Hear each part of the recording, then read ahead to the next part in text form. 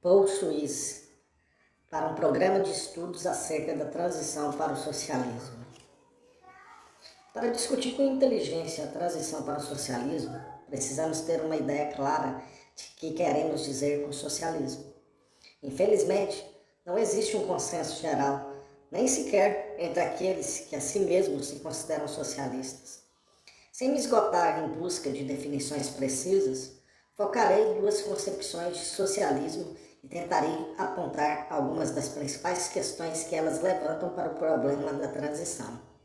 Em primeiro lugar, direi que vou situar-me dentro daquilo a que pode chamar-se um universo marxista do discurso. E para qualquer marxista, o socialismo não é o final da estrada. Ele próprio é uma etapa na viagem do capitalismo para o comunismo. Relativamente a este, existiria provavelmente considerável acordo a respeito dos seus traços principais.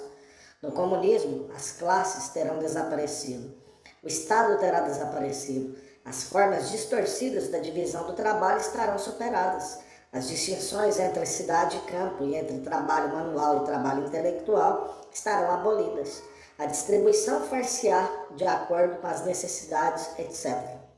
Mas haveria também considerável acordo geral quanto à impossibilidade de passar diretamente do capitalismo para o comunismo, quanto ao fato de os dois não estarem separados por anos ou mesmo décadas, mas por toda uma época histórica, ou talvez mesmo por mais que uma época histórica.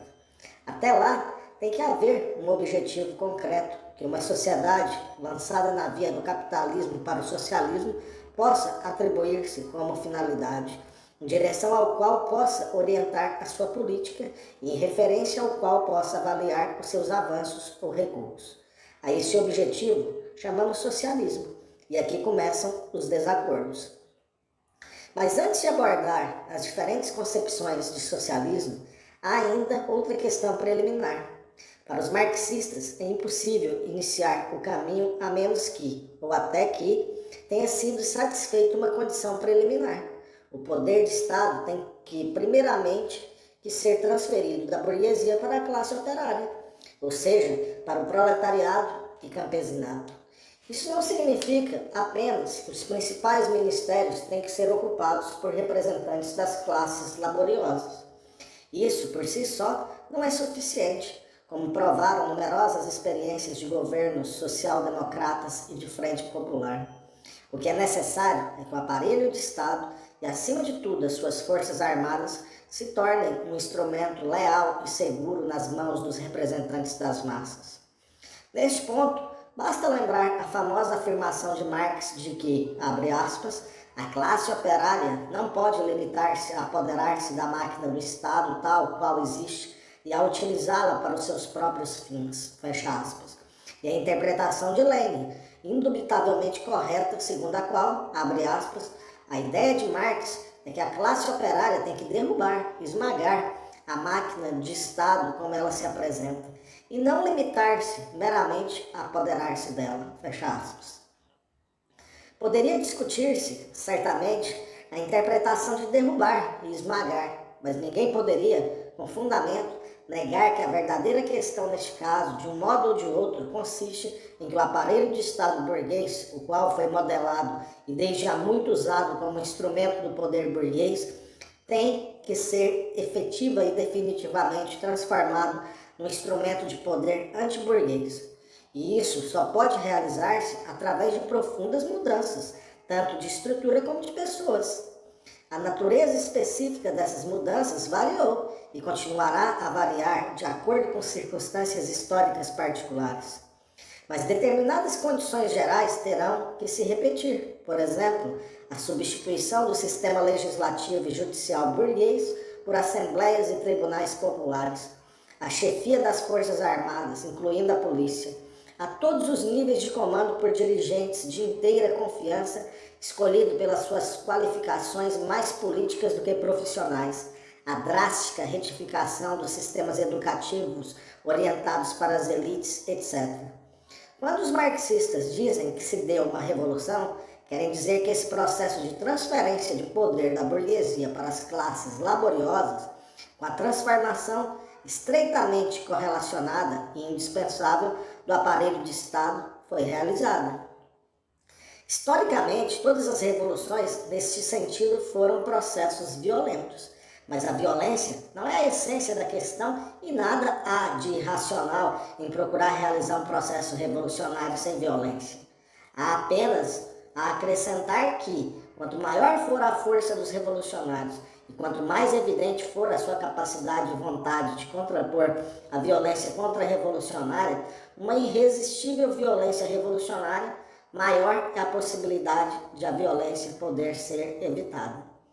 Uma vez desobstruído o obstáculo inicial e lançado um novo regime no caminho para o socialismo e para o comunismo, a questão já mencionada do significado do socialismo tem que ser diretamente encarada. Uma escola de pensamento, a qual eu próprio já pertenci em tempos, sustenta que as características distintas do socialismo são, primeiramente, a propriedade estatal dos principais meios de produção e, em segundo lugar, a planificação completa da economia. O corolário, mais frequentemente implícito do que claramente formulado, é que, uma vez que o socialismo, nesse sentido, tenha sido firmemente estabelecido, a sua própria dinâmica interna o impulsionava automaticamente para a etapa seguinte em direção ao comunismo. O raciocínio, neste ponto, é superficialmente semelhante àquele que leva os marxistas a concluir que, uma vez instaurado o capitalismo de concorrência, ele tem inevitavelmente que transformar-se em capitalismo monopolista. Ninguém, no entanto, conseguiu explicar em que consistiria a tal lei do movimento do socialismo, no sentido apontado. Em relação ao capitalismo, por outro lado, Marx foi muito claro e explícito acerca da lei de movimento do sistema que leva do capitalismo de concorrência ao capitalismo monopolista. E como veremos, não há de fato razão para supor que a propriedade estatal e a planificação completa tenham forçosamente que originar um movimento para diante em direção ao comunismo. Se esta primeira concepção do socialismo, propriedade estatal e planificação, for adotada, ela arrastará determinadas implicações para a política de um regime que procura vencer a transição para o socialismo e estabelecer um novo sistema em fundamentos firmes. Neste ponto, podemos vantajosamente refletir na experiência da União Soviética. Era possível passar diretamente da revolução à propriedade estatal e à planificação na União Soviética. É certo que os chamados setores de comando, grande indústria, banco, caminhos de ferro, etc., foram imediatamente incorporados no setor estatal e sujeitos a uma espécie de planificação rudimentar. Mas, de longe, a maior parte da economia do país estava nas mãos dos camponeses, pequenos produtores e comerciantes privados, todos empenhados na produção e circulação de mercadorias, e por isso sujeitos à lei do valor. Longe de ser suprimido ou conquistado no período imediatamente a seguir à Revolução, este vasto setor de produção de mercadorias teve que ser estimulado e ampliado sob a nova política econômica de Lenin. Orientação que naquelas circunstâncias foi absolutamente essencial para a sobrevivência física do povo. Subsequentemente, o esforço para realizar o socialismo revestiu a forma de uma luta entre o setor estatal planificado e o setor privado de produção de mercadorias, procurando o primeiro expandir-se e realizar cada vez maior controle, quer internamente, quer à custa do seu rival, resistindo o último às incursões daquele e seguindo uma via mais ou menos normal de reprodução alargada. O estudo clássico deste processo é a nova economia, de Preobrajensky. A tensão entre os dois setores tornou-se, por fim, tão grande que exigiu aquilo a que frequentemente se chamou uma segunda revolução, desta vez a partir de cima, para resolver. Com a coletivização da agricultura e o lançamento do primeiro plano quinquenal, o setor estatal triunfou sobre o setor privado, e a União Soviética tornou-se, não apenas aos olhos dos seus próprios dirigentes, mas também aos daqueles que a apoiavam e de muitos outros em toda parte, a primeira sociedade socialista no mundo. Tendo completado essa parte do caminho para o comunismo, a direção soviética sob Stalin considerou tarefa prioritária a promoção do máximo crescimento da economia socialista. Tal foi considerado necessário para tornar o país capaz de derrotar os seus inimigos capitalistas estrangeiros e para proporcionar a base material, quer para a produção e consumo, quer para o ulterior avanço para o comunismo. Isso equivalia a colocar a economia no posto de comando. Todas as linhas políticas tinham que ser julgadas em referência ao seu efeito no crescimento econômico. Eram boas todas aquelas que contribuíam para um rápido crescimento, mas todas as que o impediam. O avanço para o comunismo seria um subproduto automático do crescimento econômico e não necessitava ser uma preocupação direta dos agentes políticos. Orientado por essa perspectiva, Stalin pôs em execução o que podemos considerar sua própria nova política econômica. Juntamente com uma taxa extremamente alta de investimento, as principais características dessa política eram: 1. Concentração da autoridade no topo, não apenas no governo e no partido, mas também nas empresas econômicas.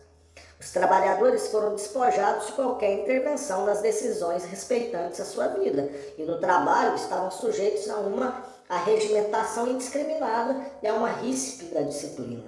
2. Paralelamente, verificava-se o uso desenfreado de incentivos materiais para garantir o máximo esforço e produtividade. Qualquer manifestação de igualitarismo, tal como a cláusula promulgada no tempo de Lenin, que proibia os membros do partido, fossem quais fossem os postos que ocupavam, de receber mais do que trabalhadores qualificados, foi eliminada. E o próprio Stalin promoveu uma rude campanha ideológica contra o próprio ideal de igualdade, chamando-lhe de abre aspas, absurdo reacionário e pequeno burguês, digno de uma seita primitiva de ascéticos, mas não de uma sociedade organizada numa perspectiva marxista, fecha aspas. Na verdade, esta orientação política conseguiu uma rápida taxa de crescimento, mas provocou também, segundo creio, inevitavelmente, uma crescente estratificação da sociedade e uma despolitização progressiva das massas. Essas tendências não se limitavam a ser em e de si próprias contrárias ao desenvolvimento em direção ao comunismo. Mais importante ainda, tornaram relativamente fácil para os grupos privilegiados da burocracia, da administração das empresas econômicas e dos postos profissionais consolidarem a sua posição na sociedade e transmitirem os seus privilégios aos filhos. Por outras palavras, a política de Stalin tornou possível aqueles que ocupavam posições de poderio econômico e político constituírem-se a si mesmos em nova classe dominante. Este é um problema complexo que não pode ser discutido em pormenor no presente contexto. Basta dizer que a propriedade e a herança da propriedade não são os únicos meios de transmitir uma posição de classe de uma geração para a seguinte. Diferenças sistemáticas de acesso às oportunidades de instrução são outra forma de o conseguir e talvez a mais importante atualmente na União Soviética. Na sequência de Charles Berthelin, chamo a esta nova classe dominante uma burguesia de Estado. Ela governa não por meio da posse dos meios de produção, como na sociedade capitalista, mas ocupando as posições de decisão no partido, no Estado e na economia. E trata-se de uma classe, e não simplesmente de um extrato, pois que os seus filhos e filhas têm muito maiores oportunidades de ocupar as mesmas posições de poder do que os filhos da restante população. Aqui chegados, tenho que dizer algumas palavras acerca do valor, preços, mercadorias, dinheiro, etc. Uma sociedade socialista do tipo da União Soviética. Por razões que, segundo creio, se relacionavam com a ascensão da nova burguesia de Estado e com a despolitização das massas, o sistema de planificação administrativa centralizada entrou num período de crise durante os anos 50 e 60. Ao procurar uma saída, os países da Europa Oriental, dirigidos pela Iugoslávia, voltaram-se cada vez mais para os métodos do capitalismo. Na medida em que todas as formas necessárias ainda estavam presentes, não tendo sido substituídas por quaisquer formas especificamente socialistas, esse foi um caminho fácil de seguir. O conteúdo que tinha sido injetado nessas formas no período inicial era agora gradualmente expelido e lentamente substituído por um novo conteúdo, o qual, na realidade, era o velho conteúdo pré-revolucionário. Alguns marxistas rejeitam esta análise com o argumento de que é impossível a existência de autênticas relações de valor enquanto prevalecer a propriedade estatal dos meios de produção. Como examinar em profundidade essa posição nos levaria muito para além dos limites deste artigo, tenho que contentar-me em sugerir os principais aspectos a que teria de proceder uma análise desse tipo. Segundo um estudioso da economia iugoslava, abre aspas, o princípio socialista tradicional de distribuição, a cada qual segundo o seu trabalho, foi revisto pelos iugoslavos, tornando-se a cada qual segundo os fatores fornecidos pelo agente humano, ou segundo aqueles a que o agente humano tem acesso, tal como são valorados no mercado imperfeito. Fecha aspas. Dificilmente se pode distinguir este princípio do da empresa privada. O que aconteceu na Iugoslávia é que a propriedade social dos fatores produtivos foi corroída e a propriedade privada foi estabelecida. O conceito de propriedade social dos fatores produtivos, sempre vago, provou ser de fato vazio. Gradualmente, certos membros da sociedade adquiriram direitos efetivos de propriedade que prevaleceram sobre a propriedade social, se bem que o título dos bens permaneça em nome da sociedade. Os direitos exclusivos garantidos aos membros da empresa equivalem a direitos de propriedade privada, embora mais em forma de grupo que em forma individual. Há que esclarecer, evidentemente, que isto diz apenas respeito à Iugoslávia e que a situação na União Soviética é muito diferente. É inteiramente verdade que existem diferenças e seria necessário um conhecimento superior àquele que possuo para esclarecer até que ponto são elas fundamentais. Seja como for, penso que o caso iugoslavo mostra aquilo que é possível e justifica o aviso feito por Betelhem de como, abre aspas, é precisamente muito perigoso para o desenvolvimento da economia socialista confiar na ideia de que, dada a existência da propriedade estatal dos meios de produção, a forma valor e a forma mercadoria não poderiam ter mais que uma existência formal, ou seja, elas seriam de algum modo formas do segundo grau, fecha aspas. Concluo que o socialismo, definido como a sociedade caracterizada pela propriedade estatal dos meios de produção e planificação completa, não é necessariamente uma via do capitalismo para o socialismo, e que confiar na teoria de que uma tal sociedade tem automaticamente que desenvolver-se em direção ao comunismo pode levar a um movimento na direção exatamente oposta, ou seja, a reconstituição do domínio de classe. Se essa sociedade de classes reconstituída representa a restauração do capitalismo, como afirmam os chineses, é uma questão interessante e importante, mas que não tentaremos dilucidar aqui. Para os nossos objetivos atuais, basta saber que essa concepção tradicional do socialismo é inadequada como objetivo e critério de realização para um governo revolucionário que se lança na longa marcha para o comunismo. Isso não significa que devemos rejeitar a propriedade estatal e a planificação completa. Sem elas, é obviamente impossível deixar para trás o capitalismo e sequer dar os primeiros passos nessa longa marcha. Mas a propriedade estatal e a planificação não bastam para definir um socialismo viável, que seja imune perante a ameaça de retrocesso e capaz de avançar para a segunda etapa do caminho em direção ao comunismo. Algo mais, na verdade, muito mais, tem que ser acrescentado. O que é esse algo mais? Como os grandes perigos contra os quais há que buscar proteção são a emergência de uma nova burguesia de Estado e o retrocesso à dominação de classe sobre a qual os verdadeiros produtores, tal como no capitalismo, são explorados em benefício de outros. Parece evidente que necessário, nas palavras de Betelhem, abre aspas, o domínio pelos produtores diretos sobre as suas condições de existência e, por isso, em primeira instância, sobre os seus meios de produção e os seus produtos, fecha aspas. O problema, no entanto, está em saber o que significa e talvez tão importante quanto a isso, o que não significa.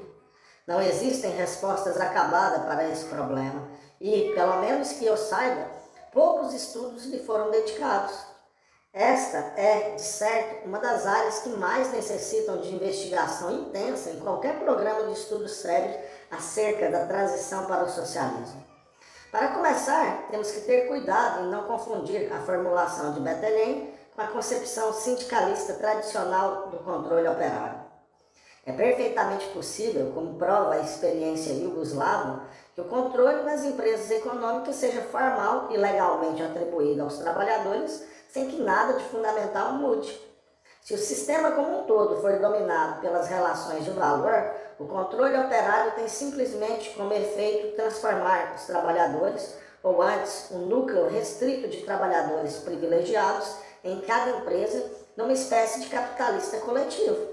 Para os trabalhadores como classe, essa situação é, em muitos aspectos, ainda pior do que o capitalismo, pois ela divide os trabalhadores e lança-os uns contra os outros, de maneira muito mais destrutiva. Isto não significa que os trabalhadores não devessem participar no controle e administração das empresas. Significa apenas que tal participação, que na verdade deve estar em progressão constante, deve realizar-se dentro do contexto de um sistema que, no conjunto, estivesse em movimento contra qualquer espécie de estratificação e em direção a uma situação na qual a população inteira constituísse uma única classe operária homogênea. O resultado final desse processo é, evidentemente, o desaparecimento de todas as classes e, portanto, da própria classe operária. Creio que isto nos fornece o melhor critério possível para julgar e mesmo para medir o progresso numa direção socialista e comunista. Explorar as suas implicações seria, creio, a tarefa central de um programa de estudos de transição para o socialismo. O que se segue não passa de alguns ensaios de sugestões.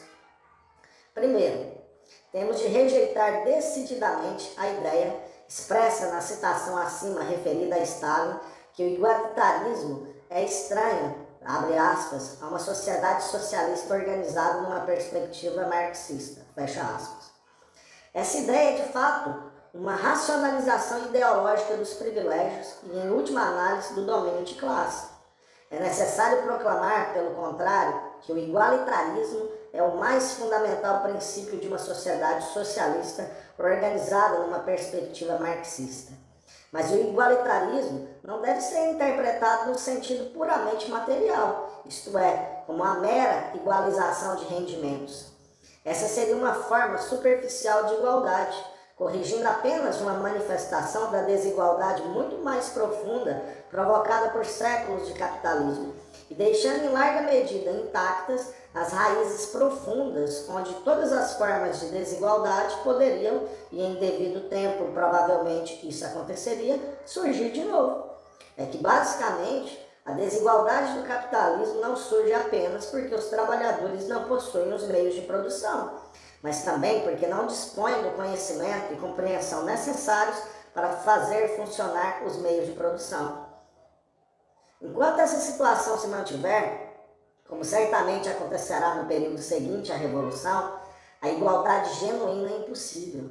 E qualquer aproximação que possa ser feita em direção à igualdade permanece necessariamente precária e irreversível. E a superação dessa situação pode resultar não apenas de mudanças na apropriação jurídica dos meios de produção, mas também de muitos outros aspectos da sociedade, incluindo a totalidade do sistema educativo e as formas de organização da produção e de governo. A realização dessas mudanças será necessariamente um longo processo e envolverá duras lutas que, precisamente devido à natureza da herança capitalista, terão o caráter de lutas de classe. A igualdade verdadeira não surgirá por si própria, nem como um dom dos privilegiados aos não privilegiados. Tem que se combater constantemente por ela e haverá mesmo que estar pronto a pagar um preço alto em termos de produção imediata ou de eficiência em troca de avanços na direção de uma maior igualdade. Segundo, tal como os trabalhadores deveriam participar na administração, também os administradores deveriam participar no trabalho. não devia nunca esquecer-se que a finalidade é abolir todas essas distinções e, entretanto, deviam ser realizados passos concretos para caminhar nessa direção. Terceiro, todos os produtores devem ter liberdade completa de discussão e crítica. Quarto, a agricultura e a indústria devem ser combinadas. A tecnologia moderna possibilita uma descentralização radical da produção industrial, permitindo que uma proporção crescente da população viva num cenário saudável que ofereça uma grande variedade de diferentes espécies de trabalho.